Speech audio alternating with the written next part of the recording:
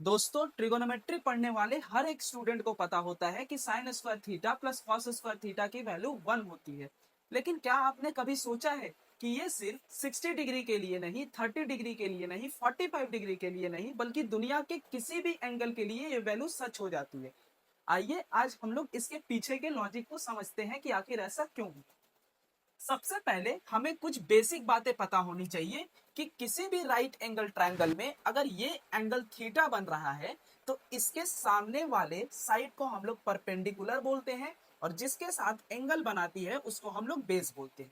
और हमें अगर हाइपोटेनस की लेंथ पता हो अगर r, तो हमारा बेस हो जाता है r cos थीटा और हमारा परपेंडिकुलर हो जाता है r sin थीटा। अब हम लोग एक यूनिट रेडियस का सर्कल बनाते हैं जिसका सेंटर हमारा 0,0 और इसकी रेडियस की जो लेंथ होती है वो हमारा 1 है। अब अगर मैं इस सर्कल के पे एक पॉइंट P लेता हूं और इस P से मैं ओरिजिन को मिलाता हूं तो यहाँ पे एक एंगल थीटा बनती है।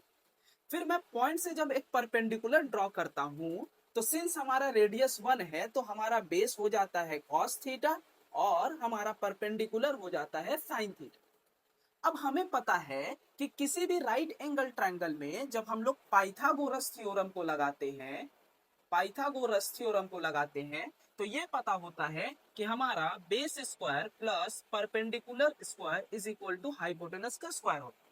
हमारा बेस यहाँ से मिलता है cos थीटा उसका स्क्वायर प्लस परपेंडिकुलर हमारा मिलता है sin थीटा उसका स्क्वायर और हमारा हाइपोटेनस है 1 उसका स्क्वायर। तो अगर हम लोग इसको अरेंज करते हैं तो यहाँ से हमें मिलता है sin square theta plus cos square theta is equal to 1। तो ये जो हमारा sine square theta plus cos square theta is equal to 1 जो किसी भी एंगल के लिए सच हो जाती है उसका लॉजिक बेसिकली एक सर्कल में छुपा होता है।